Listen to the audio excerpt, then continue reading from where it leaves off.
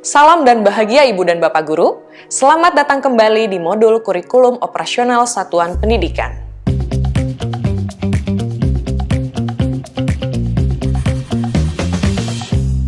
Pada materi kali ini, kita akan belajar mempraktekkan bagaimana menurunkan capaian pembelajaran sampai jadi alur tujuan pembelajaran di jenjang SD. Ibu dan Bapak Guru bisa langsung mempraktikkan sambil menyimak materi ini agar bisa mendapatkan hasil yang optimal ya. Sebelum mulai, Ibu dan Bapak Guru bisa menyiapkan hal-hal berikut.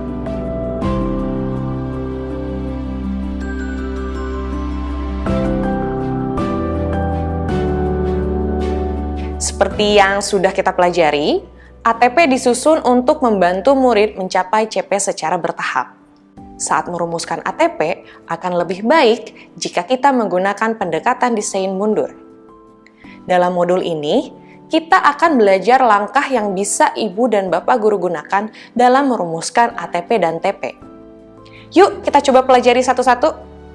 Pertama-tama, kita harus memahami terlebih dahulu rasional, tujuan, dan karakteristik mata pelajaran. Pada langkah pertama ini, kita akan mempelajari dulu isi dari dokumen CP. Setiap dokumen CP pasti akan memuat rasional atau latar belakang, tujuan, dan karakteristik dari mata pelajaran tersebut.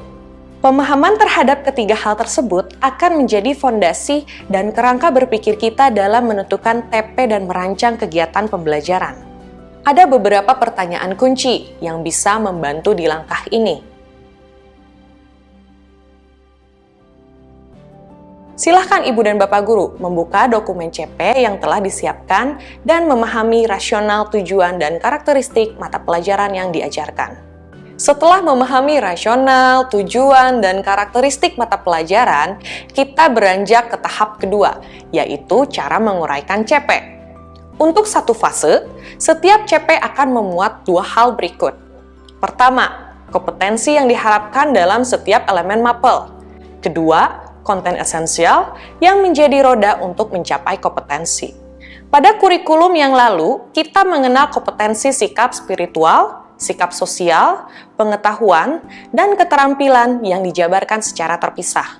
Pada pembelajaran paradigma baru, semua kompetensi digambarkan sebagai sebuah kesatuan yang termuat dalam CP.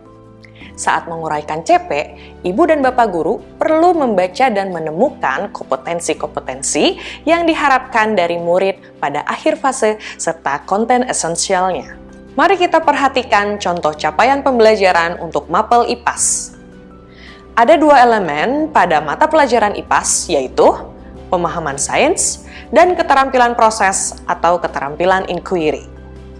Setiap elemen memuat kompetensi yang diharapkan dalam satu fase. Contohnya, elemen pemahaman sains di fase B. Untuk lebih memudahkan, kita dapat menguraikan kalimat-kalimat kompetensi dalam CP. Langkah selanjutnya, mengelompokkan berdasarkan konten esensial untuk semua kalimat dalam CP. Kalimat ini mengandung kompetensi untuk dua konten yang berbeda. Langkah ini dilakukan untuk semua kalimat dalam CP. Sampai kita berhasil mengkelompokkan semua kompetensi dan konten esensial pada CP.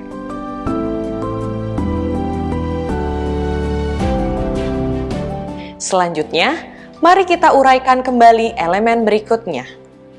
Perlu diperhatikan bahwa pada mapel IPAS, elemen keterampilan proses menjadi kompetensi yang perlu dimiliki oleh murid. Hal ini bertujuan untuk menunjang pemahaman sains. Sehingga kita dapat menguraikannya menjadi seperti berikut.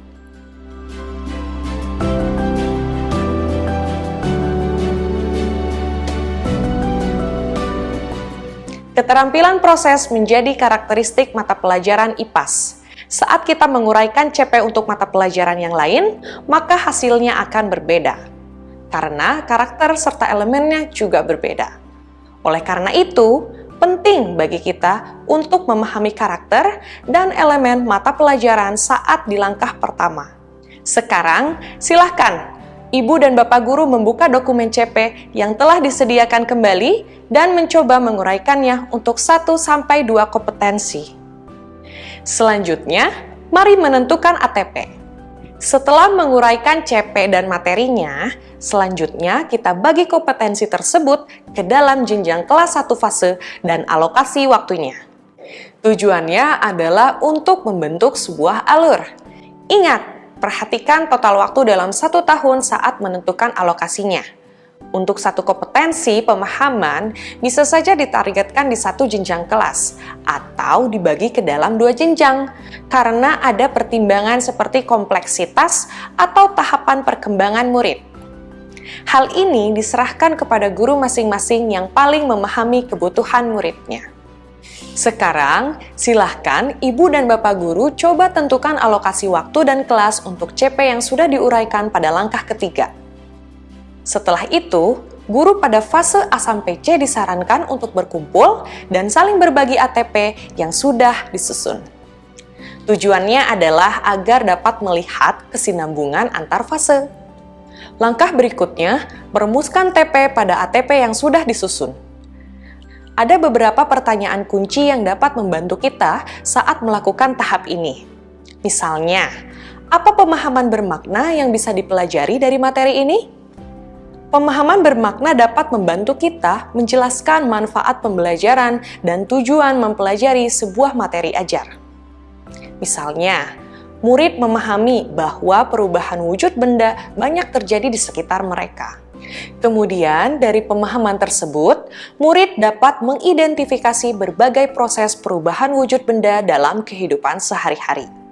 Para murid pun menggunakan konsep tersebut dalam kesehariannya. Langkah selanjutnya, merumuskan TP untuk mencapai kompetensi akhir. Contohnya, dari tabel tadi dapat dirumuskan TP sebagai berikut.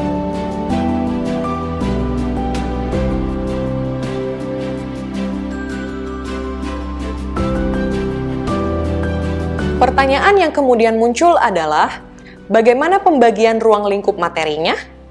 Adakah materi inti yang perlu diketahui untuk memahami konsep tertentu?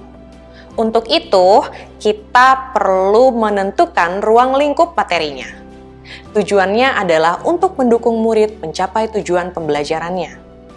Sebaiknya, guru juga melihat fase-fase di bawahnya untuk mengetahui pengetahuan yang sudah murid dapatkan sebelumnya.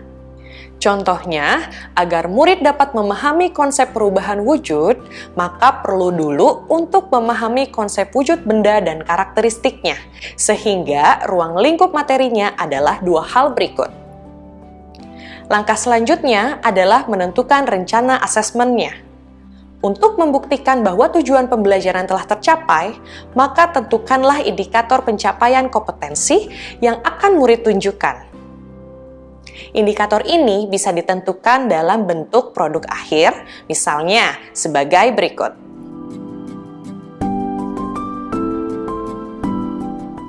Saat menentukan produk akhir, berikan kebebasan kepada murid untuk menentukan sendiri proses pembuatan produk dan bagaimana ia akan menjelaskannya. Misalnya, murid dapat membuat perbandingan dan skema dengan berbagai cara. Murid bisa memilih benda yang akan ia amati proses perubahan wujudnya dan memilih cara ia menceritakannya. Misalnya, melalui video, lagu, komik, dan lain sebagainya. Selanjutnya, menentukan metode pengajaran. Setelah menentukan rencana asesmen, langkah terakhir adalah menentukan metode pengajaran yang akan dipakai. Misalnya, untuk mencapai indikator ini, maka metode pengajaran yang akan dipakai adalah sebagai berikut.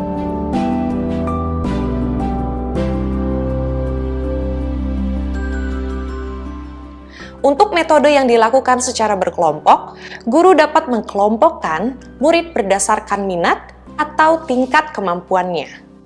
Nantinya, hal ini akan memudahkan guru untuk melakukan pendampingan.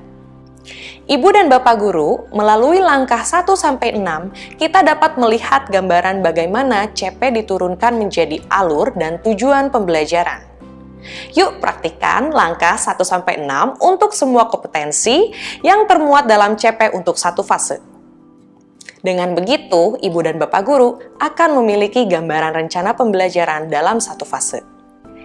Ibu dan Bapak guru juga dapat mempelajari cara merumuskan ATP dan TP untuk contoh mata pelajaran lain yang tersedia di modul ini. Semoga langkah-langkah yang telah disampaikan dalam materi ini dapat membantu Ibu dan Bapak guru dalam menyusun alur tujuan pembelajaran yang sesuai dengan kebutuhan setiap individu murid. Selamat belajar dan mencoba Ibu dan Bapak guru hebat. Salam dan bahagia.